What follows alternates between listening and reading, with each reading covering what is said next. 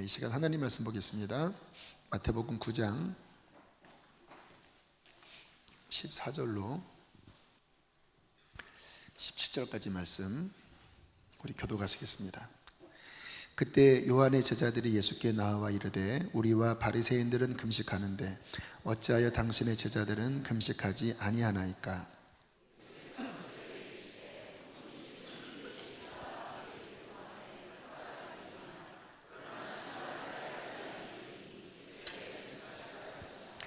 생배 조각을 낡은 옷에 붙이는 자가 없나니 이는 기운 것이 그 옷을 당기어 헤어짐이 더하게 됨이요 낡은 가죽 부대에 넣지 아니하나니 그렇게 하면 터져 포도주도 쏟아지고 부대도 버리게 됨이라.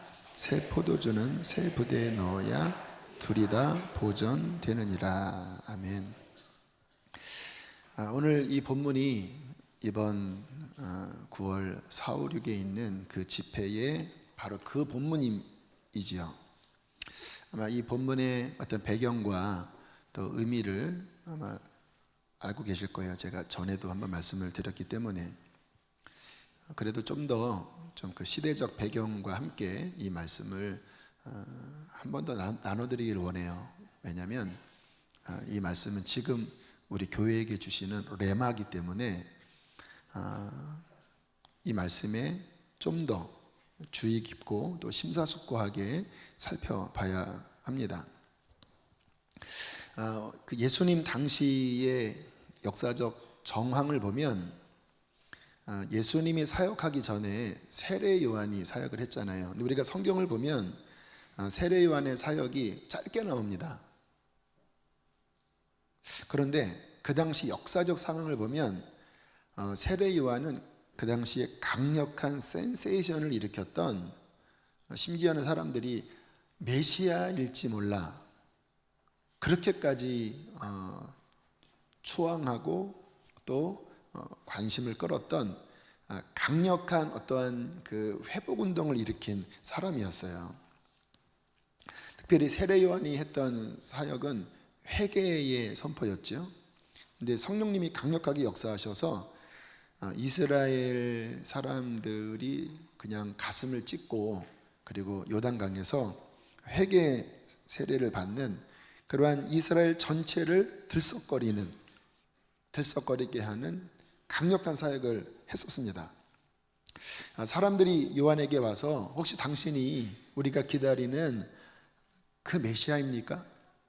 또는 모세가 그 선지자가 오면 그의 말을 들어라. 예수님의 또 다른 어떤 성경의 증언이 그 선지자인데 당신이 모세가 이야기했던 바로 그 선지자입니까?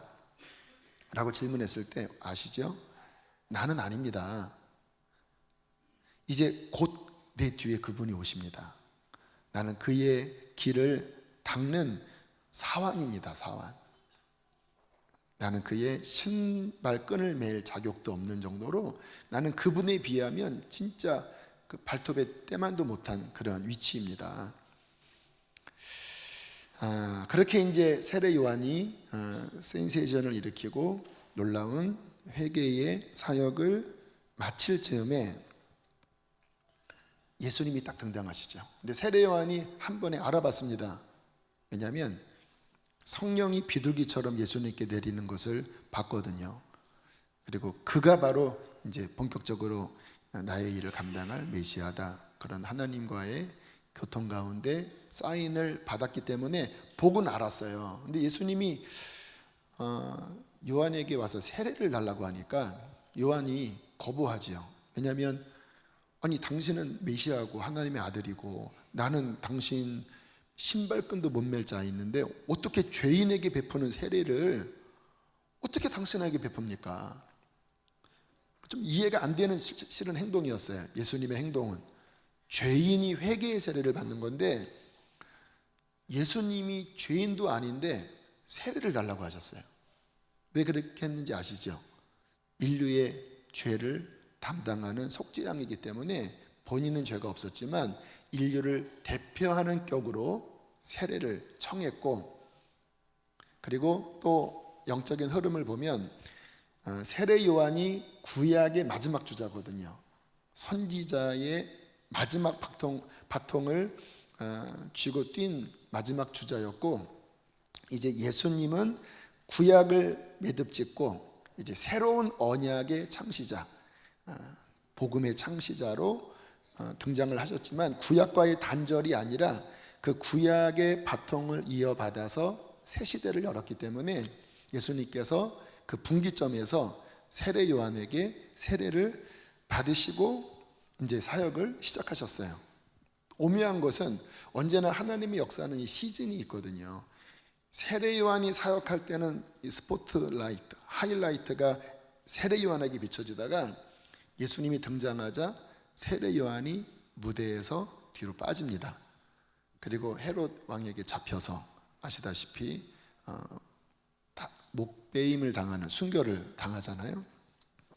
그 즈음에 그 세례 요한의 제자들이 예수님의 모습을 보고 좀 이렇게 의아하게 생각을 했어요. 왜냐하면 분명히 동일한 하나님으로부터 부름받은 종이 세례 요한이고, 또 예수님도 분명히 하나님께로부터 보냄받은 거룩한 분인 거는 맞긴 하지만 컬러가 너무 다른 거예요. 세례 요한은 좀 심각한 모드였습니다.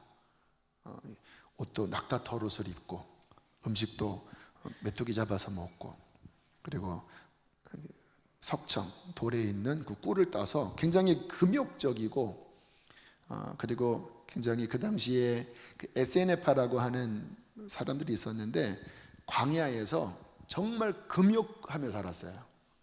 모든 속세와 끊고. 세례 요한도 그쪽 파의 사람이었거든요. 그러니까 늘 금식하고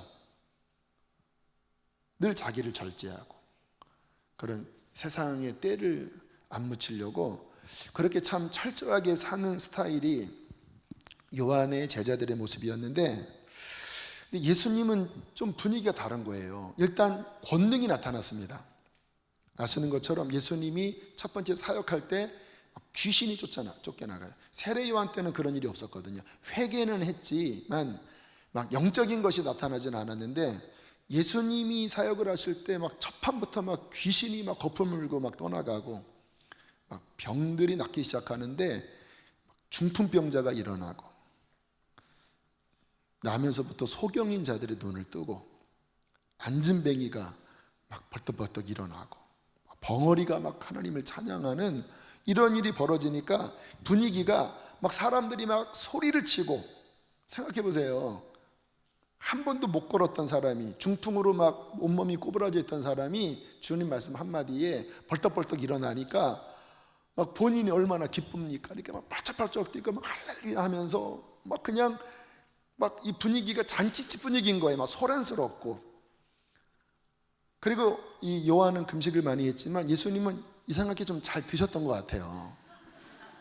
잔치집에도 가시고, 포도주가 떨어지면 포도주도 좋은 걸로 만들어 주시고, 그러니까 좀 제자들의 모습은 약간 프리한 모습이었어요. 특별히 이 유대교 분위기는 굉장히 이렇게 의식적이잖아요. 어떤 전통과 규율에 아주 매여 있는 그러한 모습인데, 예수님은 너무 자유로운 거예요.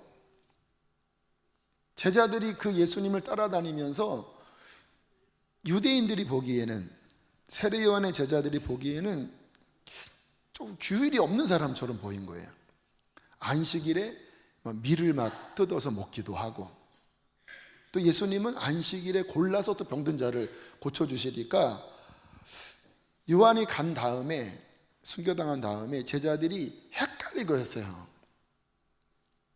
아니 왜 분명히 우리 선생님이 돌아가시기 전에 당신이 바로 그 메시아라고 얘기했던 걸 우리가 들었는데, 당신은 우리와 좀 다른 것 같다고, 당신의 제자들이 우리와 너무 다르다고, 왜 금식을 안 하세요? 왜 이렇게 맨날 드세요? 배고프면 막 떡 5덩어리로 막 5,000명만 나눠주고 하면서 막, 그러니까 분위기가 너무 다르니까 질문을 하러 온 거예요. 도대체 왜 그러시냐고. 다시 한번 14절 한번 읽어보실까요? 14절 함께 읽겠습니다. 시작.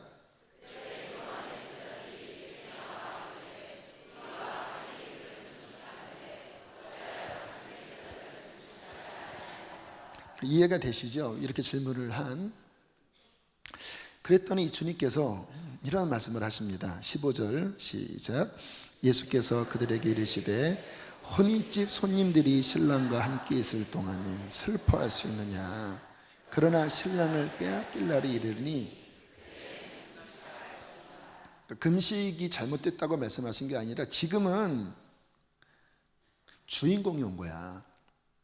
신부인 너희들을 취하기 위하여 신랑이 와서 지금 그 신랑과 신부가 만나면서 하나님의 나라의 그 잔치가 열린 거야. 그래서 병든 자들이 벌떡벌떡 일어나고 사람들에게 해방이 일어나는, 구약을 읽어보면 그날에 벙어리의 혀가 노래하고 저는 자들이 뛸 것이고 광야에서 샘물이 솟을 것이고 그런 예언들이 나오잖아요. 지금 그게 이루어지고 있는 거야. 그러니까 지금은 너희들이 기뻐해야 될 때야. 물론 내가 얼마 후면 십자가를 질 텐데 그때는 너희들의 그 심각한 모드로 잠깐 들어갈 거야.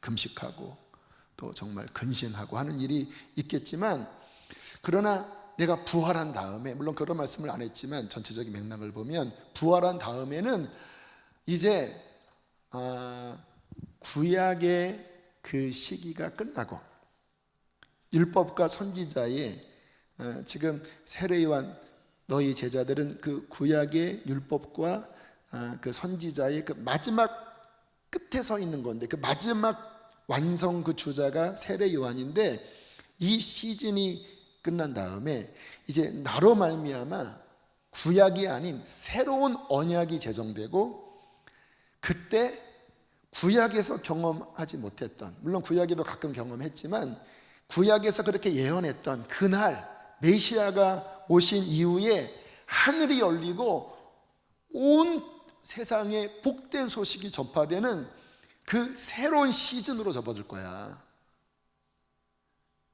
이때 부어지는 하나님의 역사가 세술의 역사야. 세술의 역사. 그러면서 그들이 듣기에 좀 기분 나쁜 소리를 하십니다. 근데 우리가 들으셔야 돼요. 17절입니다. 함께 읽겠습니다. 시작.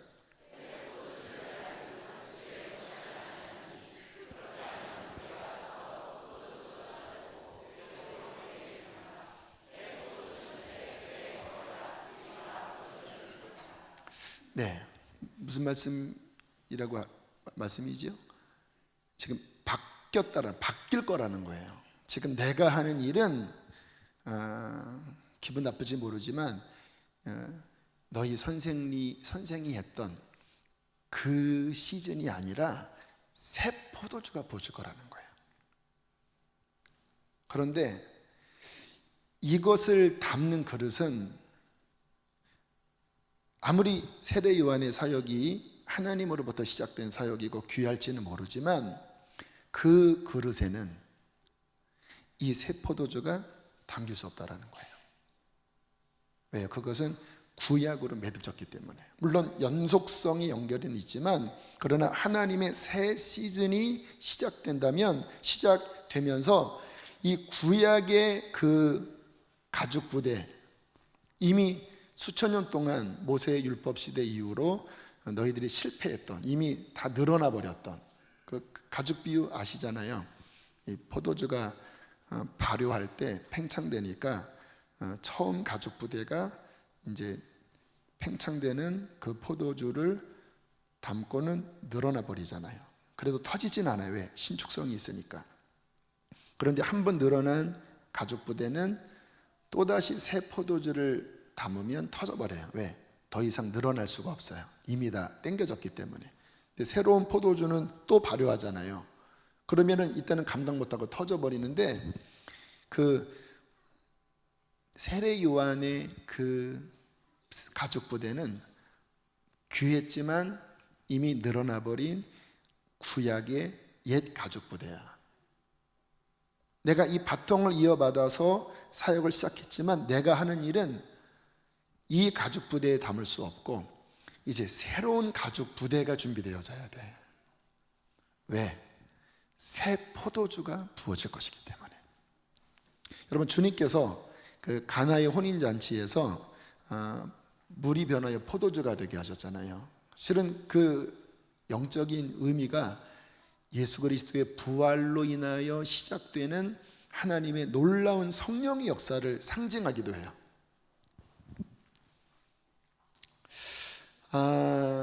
특별히 구약과 신약을 좀 우리가 한번 생각을 해보면요, 옛 부대, 또 옛 포도주, 새 포도주, 새 부대, 이 말씀을 구약과 신약의 좀 대비를 통하여 우리가 이해할 수 있어요. 왜? 그게 곧 이제 우리가 깨달아야 될 새 부대에 대한 바로 그 의미이기 때문에.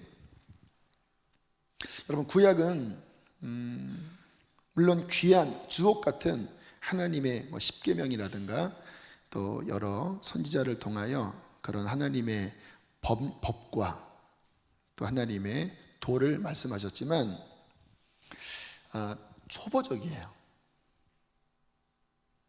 성령이 없이, 성령의 역사가 없이 어떤 인간의 힘으로 거룩한 율법을 지켜야 하는 도덕이라고는 할 수 없지만 도덕과 윤리의 이러한 범주 안에 갇혀 있는 그러한 초보적인 모습이에요. 물론 구약에도 하나님께 나아갈 수 있는 임시 방편의 길을 열어주셨습니다. 어떻게 해요?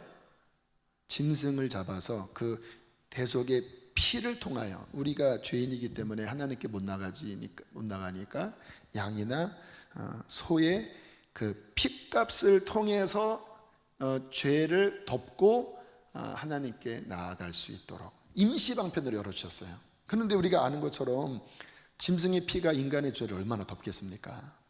또 구약의 하나님을 섬기는 어떤 센터가 성막, 또 솔로몬 때는 성전, 그런 장소 중심이었어요. 그래서 이 구약 성경을 보면 늘 어떤 절기 때마다 그 하나님의 전에 올라가자, 하나님의 전에 짐을 싸들고 또는 짐승을 매서 절기 때 유월절, 그리고 오순절, 그리고 장막절, 이렇게 1년에 3번 그 예루살렘에 올라가서 그때 이제 하나님을 배웁고 경배하고 또 제사 지내고 하는 그런 류의 신앙 양태였죠. 근데 우리가 알고 있는 것처럼 이게 부자연스러운 거예요. 왜? 예배 드리려면 너무 멀리 가야 하고, 또 육신의 힘으로 하나님을 섬기기에는 너무 우리가 죄성이 많고, 또 짐승의 피를 가지고 하나님께 나아가기에는 짐승의 피의 효력이 한계가 있고, 그리고 구약의 모습을 보면 굉장히 이렇게 이제 여러 가지 이렇게 하라 하지 말라 하는 규례들을 굉장히 많이 만들어 놨어요. 왜? 이게 이제 생명력이 없으니까 이게 이제 막 억지로 뭐는 먹어야 되고 뭐는 먹지 말아야 되고 먹기 전에 성결 규례로 손을 닦아야 되고 하여튼 이 복잡한 수백 가지 것들을 만들어서 이게 종의 신앙, 자유함이 없는 종의 신앙. 그래서 늘 하나님 앞에 나아가려면 너무 힘든 거예요. 너무 멀리 계신 거예요. 자, 그런데 예수 그리스도께서 오셔서 새 언약을 만드실 때 어떤 일이 벌어졌죠? 그분이 어린 양이 되어 흠없는 자기, 하나님의 아들로서 하나님이자 완전한 인간인 자신의 피로서 영원한 속죄의 제사를 드리십니다. 2번 드릴 것 없이. 왜? 워낙 강력한 효력이 예수의 피 안에 있기 때문에 단 한 번의 완전하고 영원한 제사를 자신의 피로써 드리셨는데 이 땅에 있는 성전으로 안 갔어요. 왜냐하면 이 땅에 있는 성전은 실은 하늘에 있는 것의 모형, 그림자였어요. 그 모델하우스였어요. 왜냐하면 모세에게 하나님께서 하늘에 있는 그 참된 그 성전, 그 지성소를 보여주신 다음에 이 모양대로 이렇게 만들어라 했잖아요. 그러니까 이 땅에 있는 성전, 성막은 실은 그 임시 방편이었거든요. 그러니까 주님이 여기로 안 들어가시고 직접 그 본체인 그 하늘에 있는 성전, 그 지성소에 자신의 흠없는 피를 들고 속죄하심으로써 온 인류의 죄를 다 갚아버리신 거예요. 주님의 피 한 방울은 온 인류의 죄를 갚고도 남음이 있습니다. 그래서 예수의 피는 능력이 있는 거죠. 그리고는 자신이 희생이 되시면서 하나님과 인간의 막힌 담을 찢어버리시잖아요. 주님께서 돌아가실 때 휘장이 위에서부터 아래로 찢어진 것은 자신의 육체를 죽게 하심으로 하나님과 막힌 것을 쫙 찢어서 열어버리신 거예요. 그리고 그분이 부활하신 다음에 누가 내려오시죠? 성령님이 내려서 하나님의 영이. 세례요한이 그 말을 했잖아요. 나는 물로 세례를 육체에게 주지만 이것 가지고는 사람 변화 안 된다. 구약 내내 변화 안 됐잖아. 그러나 이제 내 뒤에 오시리는 성령과 불로서 너희의 심령의 세례를 주어서 몸의 할례를 받는 게 아니라 너희의 영, 마음의 할례를 받게 하고, 그리고 너희의 죽은 너희의 속사람을 살아나게 할 거야. 그러니까 인간의 힘으로 하나님의 법을 지킬 수 없었는데 예수의 피를 믿는 자에게 죄사함을 주시고 성령이 심령 안에 들어오시면서 이 영이 살아나고, 그리고 더 이상 이제 어떤 예루살렘 어느 지역으로 가는 게 아니라 예수 그리스도를 기초로 해서 우리가 성전이 되잖아요. 그래서 어디에서든 정말 이번에 우리 청소년들이 막 불국사 앞에서도 막 예배하고, 저 북한 접경 지역 깊은 산골짜기에서도 예배하는데요, 막 하늘문이 열렸대요. 예배하는데 원래 믿음 별로 없는 아이들이 이번에 전도여행 갔다고 하더라고요. 서로 모였을 때 네가 가다니 뭐 이런 분위기였대요. 국내 전도여행. 그리고 또 막 제비 뽑기 했나 아무튼 각자 이렇게 보직을 맡겼는데 진짜 완전히 반대로 뽑혔대요. 반대로. 기도 안 하는 애가 중보기도 부장되고 뭐 아무튼 뭐 그렇게 됐대요. 다들 막 큰일 났다 이번 전도에. 그런데 하나님이 막 역사하셔서 막 그들 안에 막 세일을 행하시고, 하나님께서 막 꿈과 환상을 보여주시고, 막 불국사 앞에서 막 예배하니까 막 하늘문이 열려서 막 거의 막 실성하다시피 막 예배하는데 뭐 한 10분 한 것 같은데 막 1시간 기도하고 막 하늘문이 열리고 막 그런 일이 벌어졌대잖아요. 할렐루야. 근데 이게 바로 새 포도주거든요. 그러니까 막 성령님이 역사하셔서 이 신약을 보면 막 우리가 성전이 되고, 우리가 막 가는 곳에 막 하나님의 나라가 임하고, 그리고 더 이상 이 구약의 그 부자유한 어떠한 그 의식법들이 있잖아요. 뭐를 먹어야 되고 뭐를 먹지 말아야 되고 돼지 족발을 먹으면 안 되고 뭐 소고기를 먹되 피를 쫙 뺀 것으로 먹어야 되고, 아무튼 되게 복잡해요. 지금도 그 정통 유대인들은 그 법에 의하여 막 음식을 가려서 먹는데 진짜 불편한데, 이제 복음 안에서 그러한 의식법들은 다 폐해져 버렸어요. 물론 도덕법은 더 치밀하게 하나님께서 다루시면서 성령으로 지키도록 하시지만 뭐를 먹어야 되고 먹지 말아야 되고 무슨 뭐 날 뭐 유월절 뭐 이런 것들을 다 폐하시고 정말 자유하게 하나님을 섬기도록. 그리고 유대인들만 이 구약에서는 이 선민의식이 강하잖아요. 막 이방인들은 막 개 취급을 했잖아요.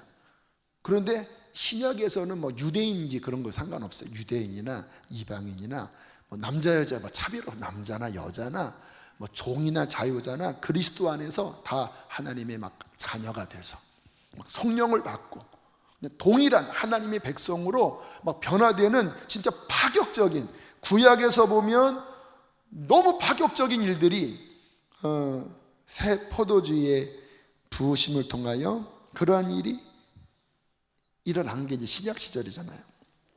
근데 주님께서 주님 오늘 이 말씀을 보면 아직 그 일이 완성되지는 않았어요. 왜냐하면 주님이 이제 십자가 지시고 부활하시고 성령이 임하셔야 그 새 포도주가 시작을 되는 거니까, 주님은 이제 구약 박통을 이어서 유대인의 자녀로서 율법 아래 나셔서 본인도 할례를 받으시고, 왜 율법과 연결되어서 새로 시작되는 이제 이 패러다임 시프트라고 하는데, 이 패러다임이 이렇게 올라가는 이 중간에서 이 사역을 하시면서 이제 이게 아니라는 거예요. 이게 아니라는 거예요. 새 포도주가 부어진다라는 거예요. 이 구약의 이 딱딱한 가죽 부대 가지고는 안 된다라는 거예요. 여러분, 이 말씀은 굉장히 우리에게 오늘 중요한 통찰력을 줘요. 좀 더 성경을 들어가 보면요, 성경을 읽어보면 그 예수님의 12제자는 물론 예수 그리스도를 믿고 새 포도주를 처음 받은 그릇이 되긴 했어요. 오순절에 12사도에게 더 강력한 성령의 기름 부음이 임했잖아요. 그런데 여러분, 사도행전을 이렇게 읽어보시면 여전히 베드로나 12사도는 이 옛 부대의 유대적인 틀에서 못 벗어납니다. 언제 드러나냐면 고넬료에게 보내심을 하나님 예수님께서 성령을 통해서 고넬료에게 베드로를 보낼 때 베드로가 고넬료 집에 선뜻 못 가요. 왜 못 가는지 아시죠? 유대인으로서 이방인과 교제하는 것이 위법이라는 인식 때문에 그들을 만지면 부정탄다고 여기는 이게 꽉 들어차 있는 거예요. 왜? 베드로도 정통 유대인이었기 때문에. 근데 주님께서 이거를 깨트리기 위해서 3번이나 보자기에 막 징그러운 진해, 막 뱀 이런 유대인들이 전혀 먹을 수 없는 음식을 보여주시면서 잡아 먹어라. 난 한 번도 먹어본 적이 없습니다. 내가 거룩하게 한 것을 내가 속되게 하지 말아라. 3번이나 보여주셔서 베드로가 너무 헷갈려갖고 이게 무슨 이상한 요상한 환상이냐라고 할 때 고넬료를 통하여 초청을 받고, 그것도 그래요. 고넬료가 이제 집안 하속들을 다 그 요빠라고 하는 그 집에 다 앉혀놓고 베드로를 초청한 다음에 뭐라고 이야기하냐면, 천사가 당신을 불러오라고 해서 당신을 불러왔는데 당신이 말씀을 하시면 다 듣겠습니다. 그런데 베드로가 그 고넬료 집에 들어갈 때 뭐라고 이야기하고 들어가는지 아세요? 나 왜 불렀냐 그러고 들어와요. 이게 진짜 이게 선교적인 입장에서 이 말씀 보면요, 진짜 말도 안 되는 행위예요. 예수님께서 모든 민족에게 복음을 전하라고 했는데 다 준비된 그 구원받기로 작정된 유대인의 집에 들어갈 때 우리는 어떻게 복음을 전할까 이렇게 들어가야 되는데 베드로가 하는 말이, 도대체 나를 왜 불렀냐? 유대인이 너희들 만나는 건 위법이라 내가 안 오려고 했는데 막 환상에 막 보자기가 내려와서 막 하나님이 하도 날 푸시해서 왔긴 왔는데 왜 불렀냐? 이렇게 해요. 왠지 아세요? 베드로 안에 여전히 이것을 담기 힘들어하는 이미 늘어나 버린 구약의 옛 포도주 부대 이 모습이 있는 거예요. 그래서 고넬료가 아무튼 하나님 무조건 말씀해달라고 하니까 그냥 마지못해서 뭐 예수님 이야기를 막 하는데 갑자기 막 새 포도주가 부어지는 거예요. 그러더니 막 갑자기 고넬료가 뭐 하면서 막 방언받고 막 하니까 너무 놀래갖고, 그래도 베드로가 그래도 유연성이 있었어요. 아, 하나님이 역사하시는구나. 이방인도 하나님이 구원을 하시네. 그리고는 그들에게 세례를 주지요. 그리고는 진짜 신기하다. 이방인도 구원을 하시네. 그리고 다시 예루살렘에 돌아오니까 예루살렘 교회에 있었던 유대인 크리스찬들이 베드로에게 욕을 하잖아요. 이 부정탄 놈아, 이방인을 만났다며 세례까지 줬다며 어떻게 그럴 수가 있어? 지금 교회 안에서 일어난 일이에요. 교회 안에 유대인 크리스찬들 안에. 왜요? 이 부대가 이 새 포도주를 감당을 못하는 거예요. 그러니까 베드로가 설명하잖아요. 환상을 3번이나 봐서 억지로 끌려가서 왜 불리나 나도 싫었는데 그들이 막 이렇게 눈 동그랗게 있어갖고 나도 모르게 예수님 얘기하니까 성령님 막 그러니까 하나님이 역사했는데 내가 뭐라고 안 주냐. 그래서 내가 물로 이렇게 찍어서 세례를 그냥 억지로 준 거야. 내가 일부러 한 게 아니라 하나님이 강권해서 한 거야. 그러니까 그들이 가만히 듣다가, 그러면 하나님이 이방인들에게도 생명 얻는 회개를 주셨나 보다 찜찜하지만 뭐 어쩔 수 없이 이런 분위기에 느낌이 오시나요? 이게 이 감당이 안 되는 거예요. 새 포도주가, 물론 새 포도주를 받았는데 그들은 유대인들에게만 역사할 줄 아는 거예요. 그런데 이방인에게로 넘어가니까 이 부대가 찢어지려고 그래요. 근데 참 신기한 것은 뭐냐면요, 바울입니다. 바울은 누굽니까? 베드로보다 더 골수 유대인이에요. 골수. 바리새인 중에 바리새. 베드로가 1단이면 바울은 10단이에요. 왜냐하면 율법으로 본인 흠이 없을 정도로 완벽하게 지킨 거예요. 막 철저하게 막 돼지 족발 안 먹고, 돼지고기 안 먹고, 막 피 쫙쫙 빼고 완전히 그냥 철저하게. 왜냐면 이 바울 스타일이 그런 좀 아주 집요한 그런 스타일이잖아요. 그래서 아무튼 본인으로서는 완벽하게 지킬 정도의 바리새인 중에 바리새. 그것도 이 유대 이 랍비를 양성하는 그 학원 중에서 대치동에 있는 제일 좋은 학원, 가말리알 그 문화생의 아주 수제자. 그것도 워낙 똑똑하고 워낙 열정이 특심이니까 막 그 진짜 막 항상 앞장서는. 그래서 막 예수쟁이들이 날뛸 때 막 견딜 수 없어갖고 막 이 제사장으로부터 이 증명서를 받아서 그냥 사람들을 막 잡아 족치는, 막 견딜 수가 어떻게 하나님이 한 분인데 어떻게 저 인간이 무슨 뭐 하나님의 아들이라고 견딜 수가 없어서 열받네 하고 막 가다가 막 스테반 돌 맞아 죽으니까 찬성 옷 벗어서 막 그 옷을 막 지켜주고 막 죽어도 싹 저 자식아 말이야, 재수 없어 막 그랬던.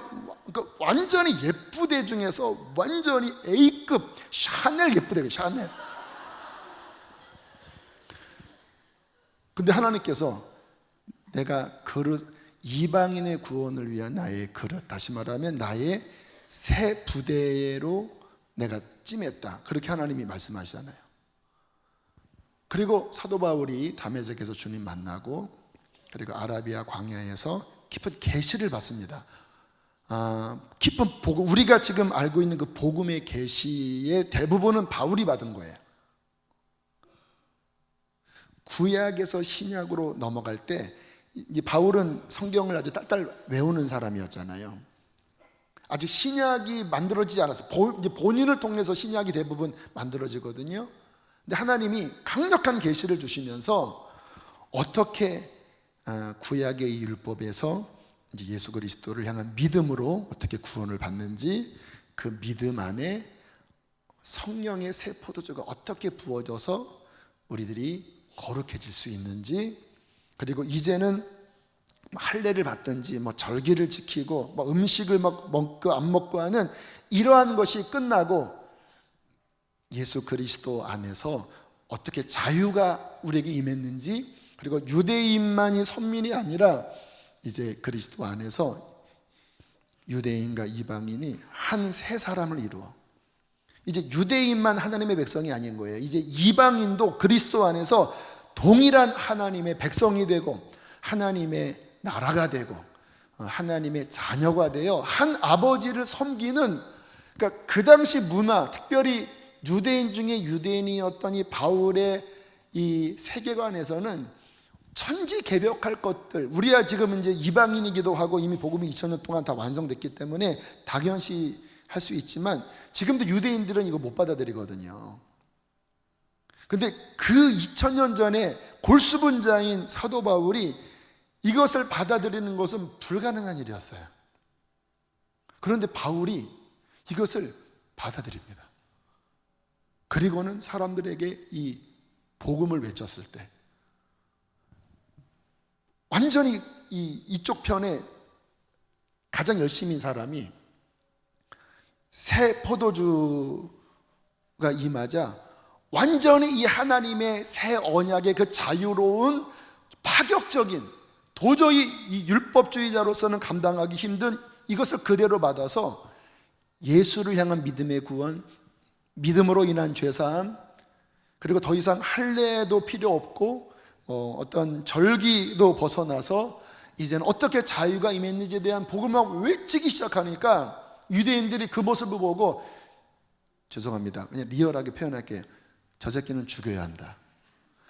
베드로나 이러한 경우는 다소 유대적 색채가 많이 있었기 때문에 그렇게까지는 반응을 안 보였어요. 그런데 바울은 확 바뀌니까 바울이 나타나면 유대인들이 죽이려고 했습니다. 막 금식까지 하면서 죽이려고 했어요. 서원하면서 죽이려고 했어요. 왜냐하면 완전히 유대인의 입장에서는 이거는 완전히 이단의 괴수이고 우리 종교를 파괴하는 자거든요. 할례를 받지 말라고? 모세의 법을 지키지 않아도 된다고?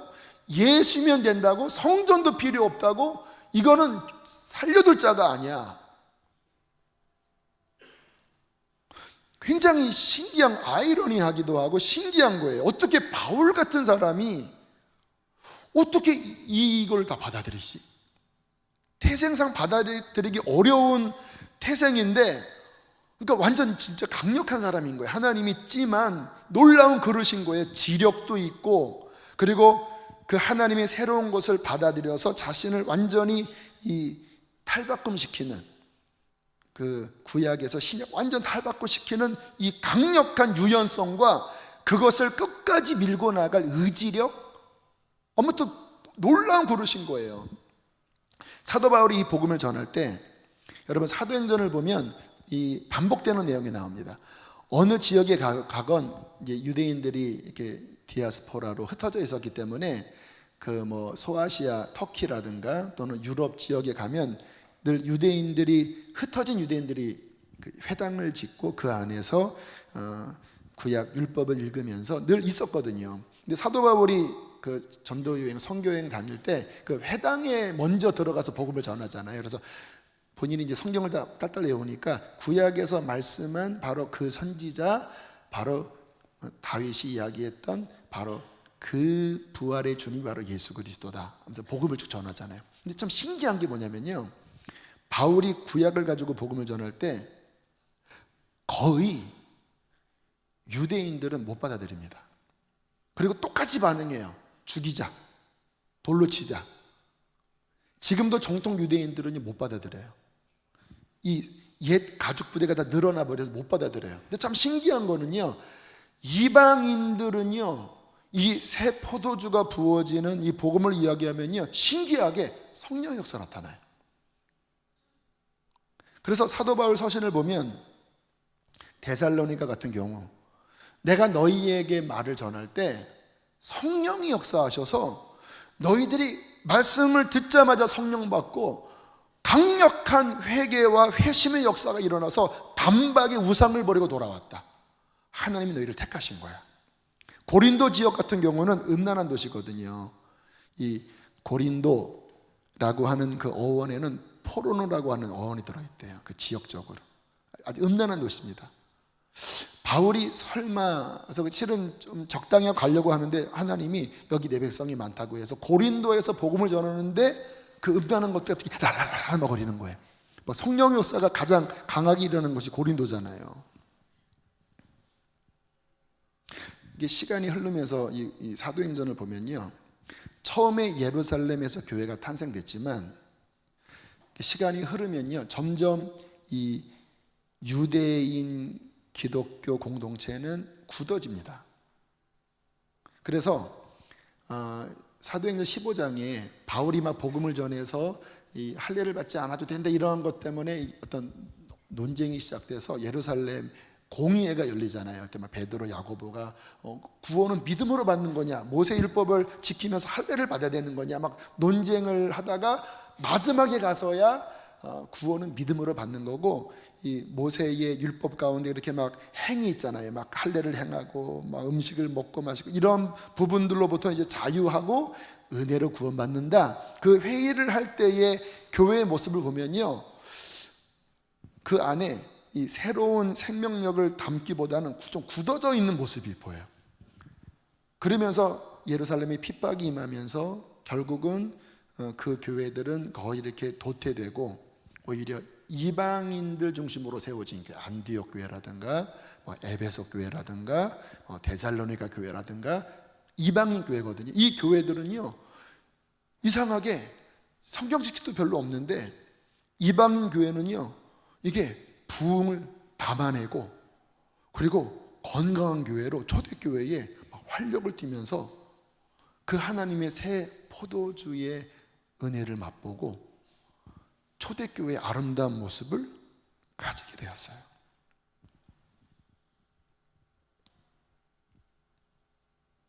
성경이 이해가 되시나요? 오늘 우리 자신에게 질문하셔야 합니다. 나는 신약 시대의 사람이기는 하지만 과연 이 신약 시대에 부어지는 새 포도주를 담아내는 그러한 가죽 부대인가? 아니면 그 예루살렘의 교회처럼 뭔가 하나님의 그러한 포도주의 역사가 부어질 때 왠지 경직되고 그것이 담아내기 힘든, 뭔가 내가 옛날에 나 이런 경험도 해봤는데 그거 뭐 해봐도 소용이 없어, 그건 젊은 사람들이 하는 거야, 이러한 듯한, 뭔가 틀린 말은 아니지만 왠지 하나님의 새 포도주의 역사를 받아내기에는 내 가죽이 너무 늙어버리진 않으셨나요?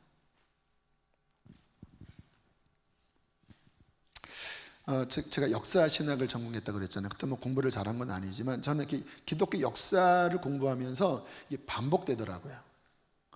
새 포도주로 신약 이방인 교회가 이렇게 생겨났잖아요. 핍박 중에 300년 동안 핍박을 견디면서 이 신앙의 순수성을 잘 지켰습니다.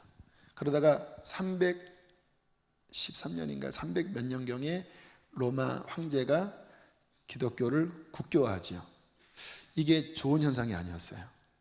왜냐하면 300년 동안의 핍박 중에 신앙의 순수성, 이 새 포도주를 담아내는, 비록 고난이 있었지만 이 복음의 본질이 잘 지켜졌거든요. 그런데 로마 국교화가 되면서 이상해져 버렸어요.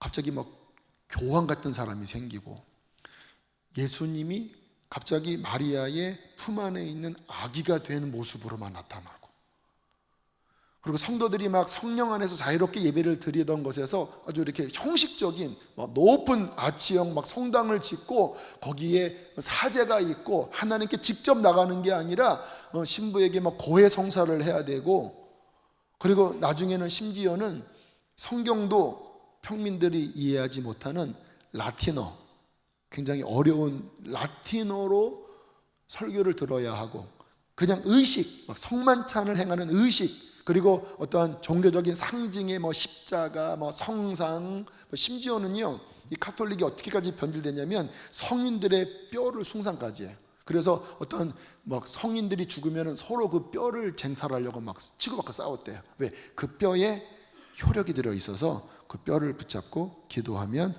이 뼈가 기도를 응답한다. 에이, 설마.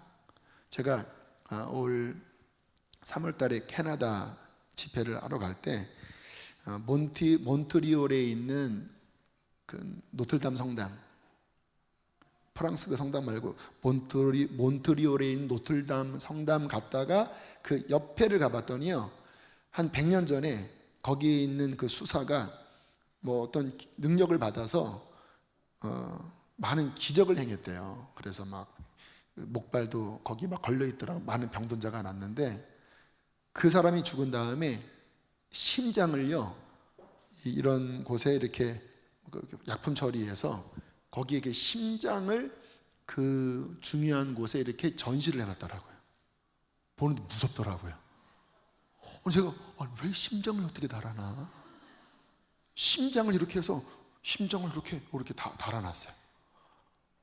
그러니까 이게 무슨 말이냐면, 이 기독교가 국교화되면서 카톨릭화되면서 예쁘대가 돼버리는 거예요. 하나님의 성령 역사를 받아들이기 힘든 예쁘대가 돼버리면서 이게 말씀과 멀어지면서 이상해지는 거예요. 그래서 종교개혁이 일어나잖아요. 다시 말씀으로 돌아가야 한다. 성상 다 없애고 강단에 오직 말씀만 전하고.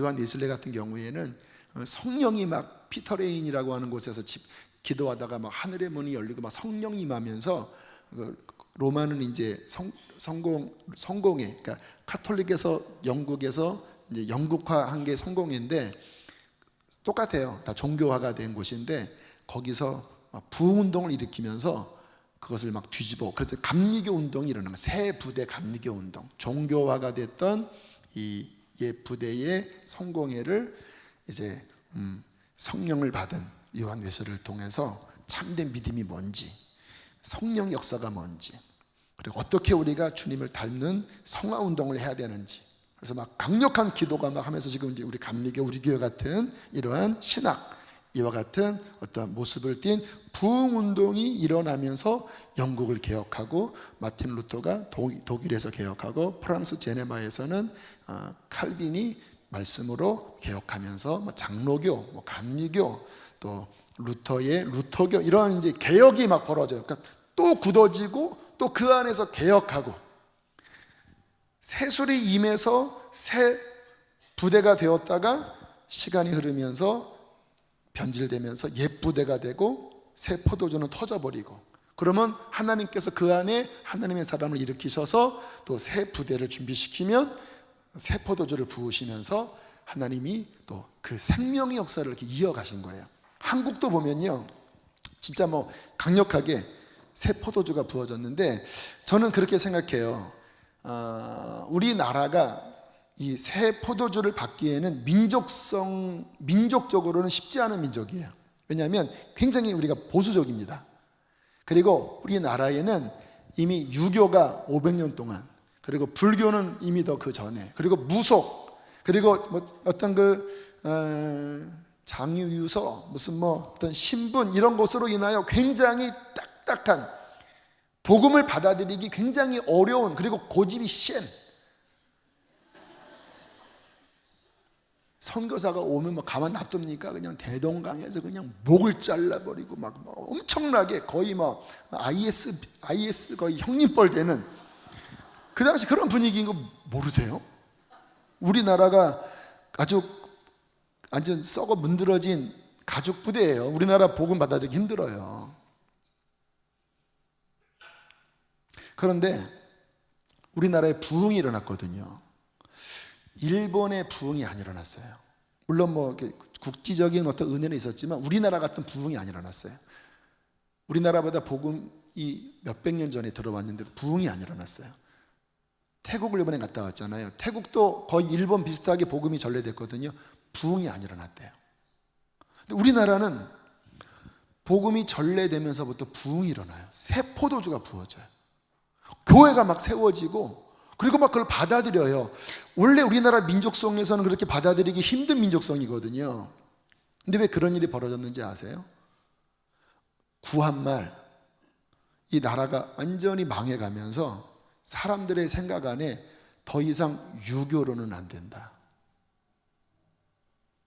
더 이상 우리나라 이 전통 굳어있는 이 썩어 문드러진 것을 가지고 안 된다. 그렇게 가난해지고 망해가면서, 그리고 뭐 일제시대에 정말 다 수탈당하고 6.25 때 완전히 다 깨지면서, 어떤 면으로 보면 새 부대가 준비되게 하는 그러한 효과가 저는 있었다고 봐요. 왜냐하면 지금도 이슬람 같은 경우 복음이 거의 못 들어갑니다. 왜냐하면 너무 견고해요. 그런데 난민이 발생되면서 이 사회 구조가 깨지고 거기서 나온 사람들은 부흥이 일어나요. 지금 난민들이 많이 회심하거든요. 왜냐하면 그 옛 가죽 부대로부터 벗어나는 순간 새 포도주가 부어져요. 지금 이 난민의 부흥은 이슬람 역사의 특별한 시기입니다. 막 몇백 명, 몇천 명이 회심하거든요. 왜냐하면 나라가 깨지면서, 나라를 잃어버리면서 그 옛 가죽 부대가 깨져 버린 거예요. 그리고는 그들이 가난한 마음이 되었을 때 새 포도주가 부어지고 받아들여져요. 우리나라도 그러한 효과가 있었어요. 고난이 있었지만 그 가난함 속에, 그 고난 속에 이 인습과 이런 것들이 많이 깨지면서, 그래 복음만이 답이야, 그리고는 막 하나님 부르짖으면서 1907년도에 강력한 부흥운동이 일어나고, 이 나라에 그 가난함 속에 막 하나님의 새 포도주가 부어지면서 불과 100 몇십 년 만에 이 새 포도주가 막 열방을 향하여 흘러나가는, 지금 한국교회, 물론 지금 다시 이제 옛 가죽 부대로 거의 됐지만 1800년 후반부터 2000년까지 이 한국 땅에 진짜 부흥이 아주 곳곳에 일어나서 심지어는 여의도에 막 10만 명, 100만 명이 모이고 막 10만 명이 막 선교사 헌신을 하고 그리고 1980년대 후반부에는 막 이 경비와 찬양, 그 당시 분위기 보면 제가 영상을 준비를 좀 해봤는데요. 그 당시 이제 온누리교회 초창기입니다. 그 경배와 찬양 분위기 잠깐 한번 보실까요?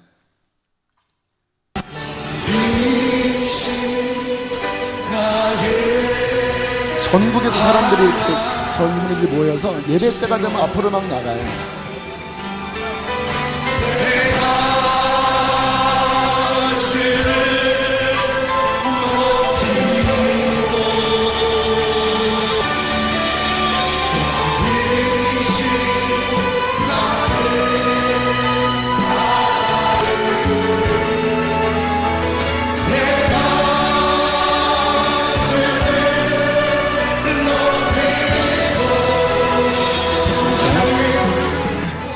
모습 젊은이들이 앞에 나와서 손을 들고, 제가 오늘 검색하다가 보니까 제가 나오더라고요. 20대. 제가 뺐어요. 창피해서. 창피한 게 아니라 사람 집중할까 봐 뺐는데 거기 제가 이렇게 나오더라고요. 손 들고. 주여. 그 당시 분위기 보면 아무튼 많은 젊은이들이 막 수천 명, 수만 명 그런 경기장에서도 모여서 막 예배하는 그러한 놀라운 부흥들이 이 나라에 일어났어요. 근데 지금 상황을 보면 가죽 부대가 늘어나 버려서 이제 저런 열정이 없어요. 마음이 안 가난해요. 어떤 권사님이 저한테 그런 하소연을 하더라고요. 이제 외국에 주재원으로 갔다가 이제 한국에 와서 저 밑에 있는 지방으로 밑에 있는 지방 회사로 취직했는데 교회를 찾다가 그래도 좀 현대적이고 좀 그래도 살아있는 교회를 그래도 찾아서 들어갔대요. 새벽에 가서 사람들이 이렇게 큰 소리로 기도를 안 하더래요. 그래서 본인도 절제하면서 주여, 하나님 아버지 우리 가정을 도와주시고 주여, 좀 그랬대요. 이 정도. 그랬더니 쪽지가 날라오더래요. 시끄러워서 기도가 집중이 안 된다고, 좀 조용히 하라고. 여기 깊은 상처를 받고 더 이상 이제 그 교회를 못 나가고, 근데 막 영적으로 막 죽겠대요. 그래서 하나님 앞에 주님 다시 수원으로 발령받게 해달라고 막 믿음으로 기도했더니 신기하게 이제 다시 발령받아서 교회 나와서 새벽기도 하는데 이제 살 것 같다고 이야기를 하더라고요. 뭔가 우리나라가 지금 바뀌어가고 있어요. 영적으로 보면 교회마다 기도의 열기가 떨어지고 기도원에 이제 사람들 별로 안 가요. 진짜 기도원 거의 문 닫아가고 있어요.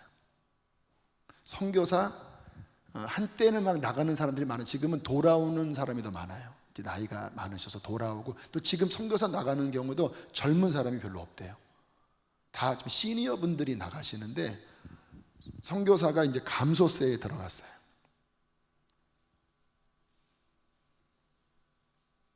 이 나라가 가죽 부대가 늘어나서 더 이상 새 포도주를 담기 힘든 그러한 형태로 흘러가고 있는 형국이에요. 교인 팍팍 감소하고 젊은 사람 다음 세대 교회 텅텅 비어가고 있고. 자, 이러한 가운데 주님께서 우리 교회에 8년 전에 교회를 세우시고, 어쨌든 8년 동안 하나님이 많은 은혜를 주셨습니다. 그런데 주님이 또 이번 여름에도 참 귀한 은혜들이 많이 있었어요. 근데 주님께서 제 마음 안에 아직 우리 교회가 하나님께서 부으실 그 새 포도주를 충분히 받을 아직 그 단계까지 못 갔다는 마음을 너무나 많이 주시는 거예요.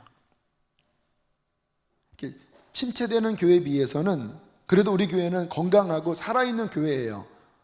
그러나 하나님의 마음에는 아직 거기에 절반도 못 미쳤고, 더 우려스러운 거는 여기 서 있는 저로부터 해서 조금 교회 부흥했다고 금방 노쇠화가 되는 거예요. 금방 노쇠화가. 저도 열정 잃어버리고 안주하고, 또 교인들도 처음에 순수했던 정말 천국 가는 그 믿음을 추구했던 그런 마음에서 자꾸 딴 생각되는 거지요. 교회 직분이 뭐고, 내 위치는 뭐고, 담임 목사가 나를 인정하는가 인정하지 않는가, 뭐 이러한 진짜 종교적인 옛 가죽 부대의 그러한 형태로 늘 돌아가기 쉬운 거거든요. 본성이 그런 거니까. 그래도 아무튼 이번 여름에 다음 세대들 안에 굉장히 많은 은혜가 있었어요. 우리 어른들도 선교 많이 나가면서 국내외적으로 은혜가 있었어요.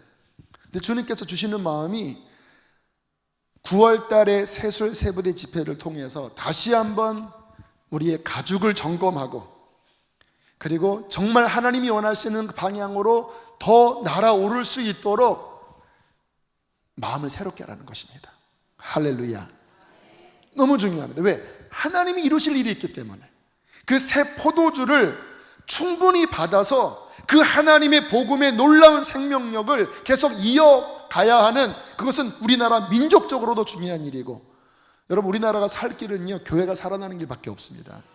지금 아무튼 너무너무 걱정이 많아요. 제 마음속에 여러 가지로 너무 걱정이 많아요. 근데 이런 얘기하면 갈라지기 때문에 강단은 여러분의 영혼을 위하는 거라 정치적인 얘기는 제가 안 합니다. 근데 걱정이 너무 많아요. 걱정이. 이 나라도 어떻게 되어가고 어떻게 흘러갈 것인가. 사람들이 막 미친 것 같아요. 정말 분별력이 너무 없는 것 같아요. 교회가 살아나면 그 포도주의 생명력으로 이 나라가 살아날 수 있어요. 교회가 살아나면 북한도 구원할 수 있습니다. 할렐루야. 그런 마음 때문에 우리 수지선한 목자교회가 뭐 안주할 것도 없지만 아무튼 여기에서 다시 정신을 차리고 하나님의 그 새 포도주를 충분히 받아서 정말 그 새 포도주에 한번 마음껏 취해봅시다. 이 포도주 막 취해서 막 오늘도 찬양 마지막 깊이 들어가니까 좋지요. 할렐루야. 그 찬양 지난주부터 했잖아요. 제가 간사님한테 좀 부탁을 드려, 전도사 부탁을 해서 이 찬양 부르고 싶다고. 제가 프랑스 가다가 어떻게 우연히 이 찬양을 들었는데 너무 좋더라고요. 너무. 근데 오늘 그런 찬양의 깊이 가운데 들어가면서 이제 포도주 잠깐 마신 거거든요. 은혜의 포도주. 할렐루야 할랄랄랄랄라 하면서. 근데 이거는 이제 맛을 보는 거. 이렇게 오 포도주 오 좋은데. 근데 만약에 우리가 굳어져 있는 거라면 이렇게 인도 못해요. 뭐 목사님이 막 방언을 하고 뭐 이상하다. 막 왜 찬양을 뭐 1시간이나 무슨 나 빨리 가야 되는데 뭐 이러는데 막 우리 찬양 1시간 하잖아요. 기도. 새 포도주. 약간 알딸딸한데 이 정도가 아니죠. 막 하늘문이 활짝 열려서 막 1시간이 아니라 막 2시간도 막 시간이 그냥 1분처럼 지나가는 할렐루야. 하늘의 문이 활짝 열려서 그냥 그 보호자 앞에서 그냥 온갖 은혜를 받아서 그냥 할렐루야 하면서 오 주여 하면서 오 주님 섬기는 게 이렇게 기쁘고 그런 예배가 열리고 이런 어떤 하나님의 깊은 은혜 가운데로 들어가야 되거든요. 그래야 우리는 살아나는 거예요. 따라합시다. 새 포도주가 부어져야 살아난다. 아멘. 그래서 우리가 살아나는 길은요, 나이가 많건 적건 뭐 교단이 뭐 장로교건 감리교건 침례교단 상관없이 하나님 새 부대가 되어 주님의 새 포도주를 이빠이 리스로 받게 해주십시오. 만땅만땅 받게 해주십시오. 그래서 이 새 포도주에 그냥 완전히 취하는 하나님 그러한 가정, 그러한 교회가 되기를 원합니다. 이런 열정이 있어야 되는 것입니다. 어떻게 새 부대를 준비할까? 간단하게 두세 가지만 나누면, 여러분 우리 교회가 왜 새 부대를 준비하는 이 그릇이 부대가 될 수 있냐면요, 가장 중요한 거는요, 그 종교인이에서 진짜 물과 성령으로 거듭나 진짜 회심한 참 믿음을 갖게 하는 이 부분을 계속 개혁하면 새 부대가 돼요. 저희 교회가 개척하면서부터 계속 이 부분 강조했잖아요. 참 믿음이 무엇인지 종교, 이 종교가 옛 부대거든요. 근데 종교가 아니고 진짜 거듭난 회개하고 순결한 신앙을 가진 이 거듭남, 요거 강조하면 새 포도주가 부어져요. 그래서 유아부, 유치부, 어린이부, 청소년부, 우리 장년, 목장, 요거 강조하면 너 종교인이냐? 회심했냐? 십자가 만났냐? 이거 강조해서 이거를 개혁하면요, 이 부대가 바뀌면서 포도주가 부어집니다. 할렐루야. 그래서 요거 계속 강조해야 되고, 두 번째, 제 목회에 굉장히 중요한 균형이 있는데, 저는 그렇게 구원받은 사람이 하나님의 말씀과 성령 안에서 자신을 내려놓고 그리스도를 닮는 성숙한 신앙으로, 신부로 성장하기를 원해요. 이거는 끝까지 가야 되는 거거든요. 굳어지지 않게. 거듭났다가도 다시 뒤로 물러나기 쉽잖아요. 계속 회개하고 이런 집회를 통해서 말씀과 성령으로 나를 십자가에서 부인하고, 말씀과 성령 안에 우리가 계속 거룩함으로 주님께 순종하는 거룩한 백성이 되는 것. 여러분, 이게 감리교 운동이에요. 감리교 운동. 이 요한 웨슬리는 성화를 강조했습니다. 늘 죄와 싸우고. 왜? 우리는 구원을 잃어버릴 수 있다. 이게 웨슬리의 신학이에요. 늘 죄와 싸우고, 늘 깨어있는 신앙을 가져야 되고, 온 마음 다해 주님을 사랑해야 된다. 그래서 이 목장 속회가 그거 점검하는 이 도구였어요. 우리 힘으로 안 되니까 열심히 기도해서 성령 받자. 또 은혜의 도구를 사용해서 말씀 열심히 읽고, 금식도 하고, 기도도 열심히 훈련하면서, 메소디스트라는 뜻이 규칙주의자거든요. 주님의 은혜의 수단을 100% 사용해서 하나님도 100% 역사하시지만 우리도 전심을 다하여 성화를 이루자. 주님이 이 운동을 축복하셔서 이 웨슬리의 성화운동, 부흥운동을 통해서 영국을 뒤집고, 이게 감리교라고 하는 새 부대를 한 200 몇십 년 전에 만드신 거예요. 근데 지금 이 감리교 이거 다 잃어버렸어요. 안타깝게. 저는 우리 교회 안에 어떤 목사님이 그런 말씀 하시더라고요. 저한테, 강 목사님 비전 내려놓으세요. 비전 같은 거 품지 마시라고. 그저 오늘 하루를 주님 닮는 그런 삶으로 사는 게 비전입니다. 무슨 의미인지 알겠어요. 꿈 갖지 말라는 말이 아니라, 그것보다 더 중요한 것은 매일 죄와 싸우고 매일 말씀과 성령으로 거룩해지는 그 삶을 살면 비전은 이루어져요. 그런데 비전 강조하고 선교 강조하는데 막상 삶에서 용서도 안 되고 말씀도 없고 자아로 똘똘 뭉친 다음에 비전만 많으면 무슨 선교입니까 그게? 무슨 하나님의 일을 합니까? 나도 변화가 안 되는데. 그래서 저는 두 번째, 새 부대를 만드는 것은 말씀과 성령 안에서 우리가 주님께 순종하는 거룩한 백성이 되는 날마다의 싸움. 이게 이번 새 부대의 중요한 부분이에요. 우리가 회개하고 다시 묵은 것들 다시 뽑아내고, 우리 안에 뭔가 늘어붙은 거 다시 한번 꿰매고, 할렐루야, 우리 안에 다시 한번 갱신을 일으켜서 하나님 정말 주님의 그 순전한 것을 담는 순전한 그릇 되게 해주십시오. 이런 몸부림중에 달려나가셔야 돼요. 이거 안 하면요 저도 금방 퇴색하고, 여러분도 은혜 받았다가 금방 식어버려요. 그럼 금방 옛 가죽 부대가 돼서 눈이 막 풀러져서 흐리멍텅해서 나 옛날에 다 해봤어, 성교 같은 거 귀찮아, 그렇게 된다라니까요. 자, 그렇게 우리가 변화되는 훈련을 하면서 이 시대에 하나님께서, 그 시대마다 하나님이 어떤 하시는 중요한 일들이 있어요. 이게 성경을 보면. 근데 지금 이 시대에 제가 깨닫는 하나님이 하시는 중요한 일은 뭐냐면요, 다음 세대를 살리는 거예요. 왜? 이 나라의 다음 세대가 살아나야 통일도 일어나고 다음 세대가 살아나야 계속 나갈 수 있거든요. 그래서 하나님이 지금 관심은 다음 세대 살리는 거예요. 그리고 그 다음 세대가 예배자로 서는 거예요. 왜냐하면 제가 작년에도 말씀드렸을 거예요. 이 우리나라 이 K-팝 한류가요 진짜 선풍적입니다. 태국 갔더니요, 저는 전혀 K-팝 스타를 모르는데 그 태국의 그 청년들이요, 교회 안 다니는 일반 청년들이 너무 잘 알아요. 한마디 노래만 나오면요 다들 춤을 추는데 이거 칼군무 있잖아요. 태국 애들이 그거 추고 있어요. BTS 뭔지 모르겠지만 아무튼 BTS 유럽 미국 난리예요, 난리. 뭐냐면 이 젊은 아이들 안에, 특히 우리나라 안에 어떤 문화적인 영향력이 있더라고요.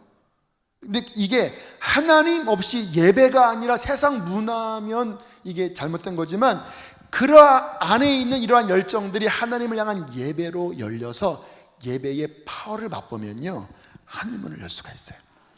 이번 우리 청년들이나 청소년들이 아까 얘기했듯이 불국사에 가서, 또는 중국의 은밀한 곳에 고아들과 함께 가서, 또는 우리 청년들 선교지에 가서 이것을 돌파하는 강력한 도구가 예배였습니다. 그곳에서 막 예배할 때 하늘문이 열리는 거예요. 오늘 영상 보여주고 그랬는데 하늘문이 열리는 거예요. 할렐루야. 하늘문, 그곳에서 막 연약한 아이들을 예배할 때 하늘문이 열리면서 성령의 충만함을 받고 세수를 받고, 그 안에서 굳어져 있는 그 탈북해서 부모님 막 북송되고 막 돌아가시고 막 고아가 돼서 어떻게 간신히 중국 어떤 신민 공민증을 받고, 그러나 마음의 상처가 많은, 마음이 닫혀 있는 그들 안에 예배가 열리니까요, 그냥 아이들이 막 풀어진다는 거예요. 아이들이. 그러면서 그들 안에 어떤 회복의 역사가 잠깐이지만 이 새 포도주가 예배 중에 그 가난한 아이들에게 부어지고, 이 예배의 부흥, 저희 교회가 올해 지금 예배 강조하고 있잖아요. 예배의 부흥, 그 속에서 하나님의 기뻐하는 그 잃어버린 한 영혼을 향하여 온 열방으로 나가는 선교, 이게 하나님이 물론 예전에도 언제나 그런 컨셉이 중요했지만 이 마지막 때, 특히 이 한국 땅 안에 2019년 지금 이 한반도 이 시기에, 이 굉장히 위기스러운 이 시기에 하나님이 행하시는 새 포도주의 새 일은 다음 세대 예배의 회복, 잃어버린 영혼 선교입니다. 그 일을 감당하는 교회가 되도록 참된 회심이 무엇인지 말씀과 성령 안에서 우리 날마다 자신을 점검하면서 부대를 함께 만들자라는 거예요. 할렐루야. 이 부대를 잘 만들면 하나님께서 새 포도주를 콜콜콜콜콜콜콜콜콜콜콜콜 부어주실 거예요. 아이들이 막 살아나고 하늘의 꿈을 갖고 말씀과 성령 안에서 건강한 영성과 인격을 가진 하나님의 사람들이 일어나서 그들이 이 땅과 북한과 열방을 향해 뻗어나가면서 열방을 치유하는 그 새 포도주를 충만하게 받아서 열방을 살리는 그러한 교회 주께서 세우기를 원하십니다. 그 일을 위하여 이번 9월 4일, 5일, 6일하는 그 집회 때 저는 새벽 5시, 오후 2시 반, 저녁 7시 반 이렇게 끊어서 시간이 안 되는 분들은 이렇게 하시지만, 교숙자 아세요? 교숙자. 교회에 얇은 침장 하나 가지고 여기서 주무셔요. 그래서 밤이나 늦이나 밤에도 기도하고, 그리고 새벽에 불 켜면 또 일어나고 눈곱 이렇게 떼고, 그리고 막 1시간 넘게 막 또 예배하고 기도하고, 그리고 아침에 가지 마시고 여기서 성경책 읽어서 성경책 또 기도하고, 그리고 배고프시면 앞에 추어탕집 드세요. 돈이 없으시면 제 이름 달고 괜찮아요. 드세요. 저한테 말씀하시면 제가 돈 낼게요. 주여. 아멘. 우리가 한 3, 4일을 한번 깊이 하나님, 내 늘어 터진 이 가족 부대 다시 깊기를 원합니다. 잘못된 걸 잘라버리겠습니다. 하나님, 이 새 가족 부대가 되어 하나님, 우리 교회가, 나의 심령이 하나님이 이 마지막 때 주시는 그 부흥의 현장에 하나님 내가 동참하게 하여 주십시오. 그렇게 9월 4일, 5일, 6일을 좀 깊게 갖고, 그리고 이제 그 다음 주가 추석이에요. 잘 또 추석을 이기시고, 그리고 저는 10월 한 20일부터 3개월을 작정기도를 하려고 그래요. 내년 1월 20일 정도까지 작정기도 하면서 정말 제 가슴을 더 찢고 더 씻어내고, 그래서 하나님이 이 교회에게 주시는 그 새 포도주를 충만히 받을 그런 그릇으로 만들기 위해서 몸부림치려고 합니다. 그렇게 함께 달려갑시다. 할렐루야. 주님이 새 일을 이루실 것입니다. 함께 우리 시간 찬양하겠습니다.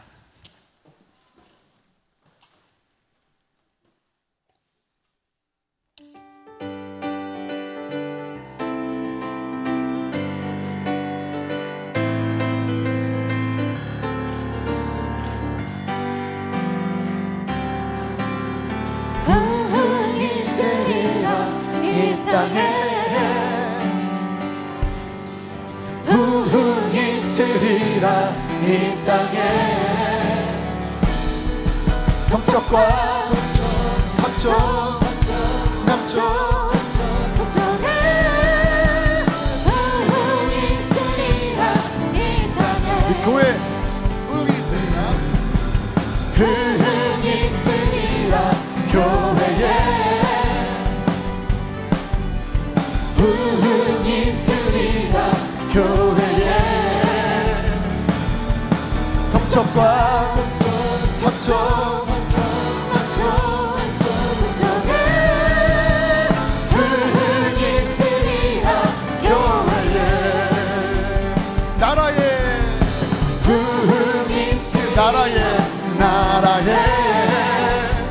북한에 부흥이 있으리라 북한에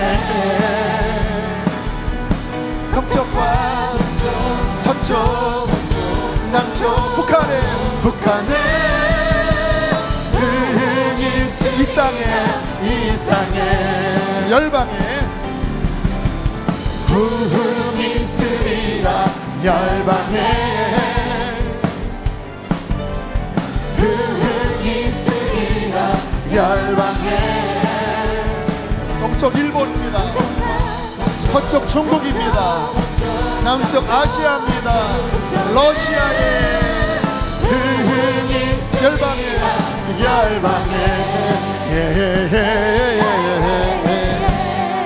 열방에 아멘 아멘. 나 주님의 기쁨 되길 불을 꺼주실까요? 내 마음을 새롭게 하소서.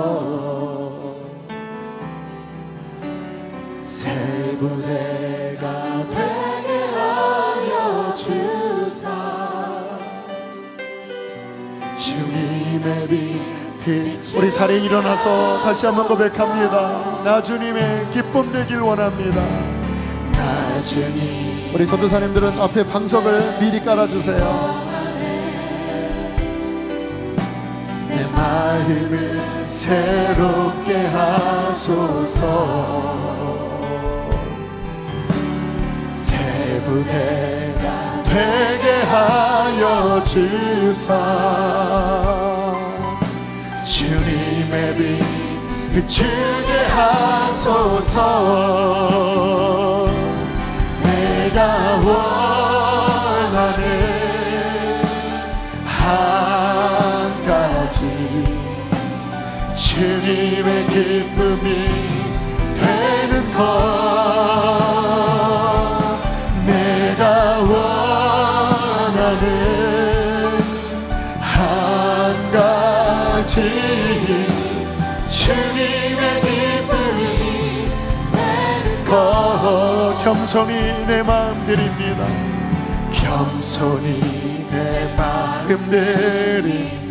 이 앞에도 가세요. 나의 모든 것 받으소서. 나의 맘 깊게 씻어주사. 주의 길로 행하리. 두 손 높이 들고 내가 원하는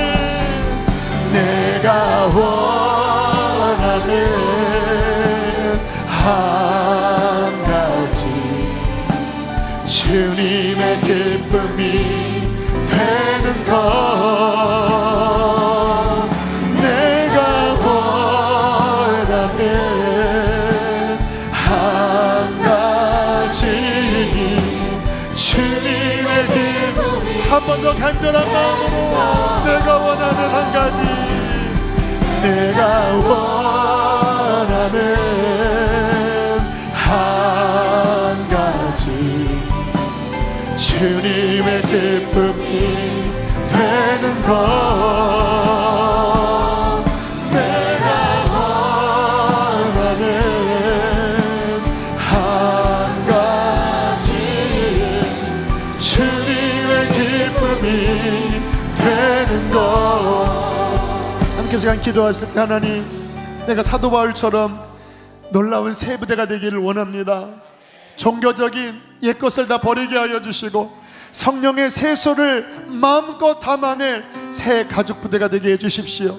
나의 젊은 날에 그런 부흥을 받지만 하나님 지금은 식어지고 늘어져 있다면 하나님 그 모든 것을 십자가에 못 박겠습니다. 다시 시작하겠습니다. 나에게 은혜를 부어주시고 다음 세대를 살릴 수 있는 그루터기가 되게 하여 주시옵소서. 우리 주여 두 번 부르시고 기도하시겠습니다. 주여, 주여. 하나님, 우리 하나님,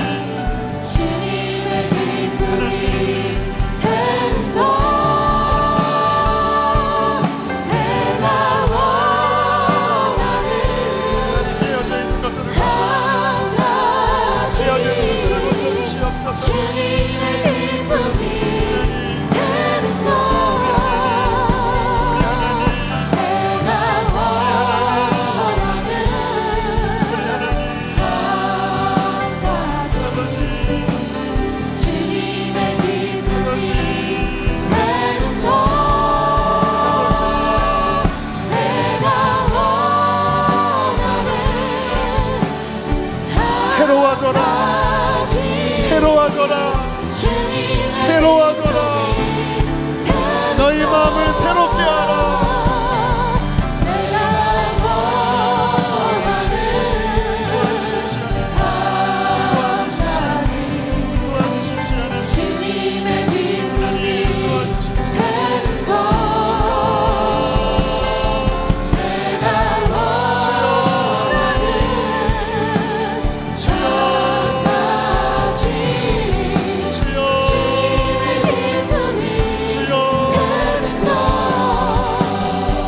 시간 초청합니다. 여러분 앞으로 나와서 하나님, 내 안에 상해 있는 마음, 또 지쳐 늘어져 있는 마음이 있습니다. 하나님, 이렇게 침체될까 봐 두렵습니다. 하나님, 오늘 말씀 앞에 이 교회에 주님이 주시는 명령 앞에 주님, 내가 일어납니다. 주님, 지혜와 계시형을 주셔서 새 부대가 무엇인지를 알게 하여 주십시오. 겉사람은 후패하나 나의 속사람은 날로 새롭게 되게 해주십시오. 그 하나님의 새로운 기름 부으심을 받는 그러한 내 심령이 되길 원합니다. 우리 수지선한 목자교회 다음 세대가 살아나게 하여 주시고 더 예배가 하늘을 뚫게 하여 주시고 온 열방을 얻는 열방의 교회가 되어지게 하여 주십시오. 그 일에 쓰임 받길 원하는 사람들 앞으로 나오세요. 강단 위 강단 아래 자신을 드리세요. 성령께서 우리의 마음에 새 마음을 부어 주실 것입니다. 따라합시다. 새 마음을 부어 주시옵소서. 옛 것을 버리고 새 마음을 얻게 해 주십시오. 아멘이십니까? 앞으로 나오세요. 우리 주여 크게 두 번 부르시고 함께 기도하시겠습니다. 주여, 주여. 부르짖으라, 부르짖으라, 부르짖으라. 이 교회에 하나님이 행하실 새 일이 있으니 부르짖으라. 아멘. 아멘.